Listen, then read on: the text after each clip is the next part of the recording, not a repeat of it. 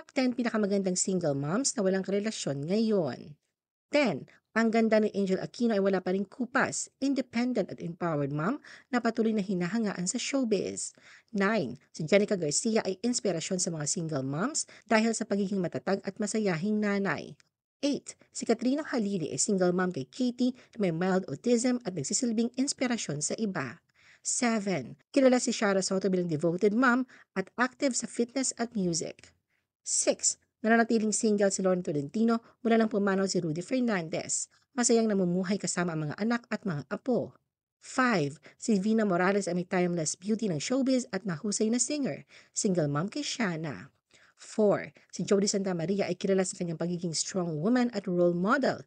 Hands-on kay 30 kahit busy sa career. 3. Si Janela Salvador ay patuloy na sumisikat sa teleserye at pelikula. Proud at dedicated mommy kay Jude, kahit bata pa ay hinahangaan sa maturity bilang magulang.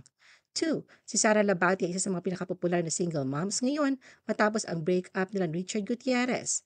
Naging inspirasyon sa pagiging hands-on mommy. 1. Naging usap-usapan si Elise Hoson matapos ang breakup na ni Macoy De Leon.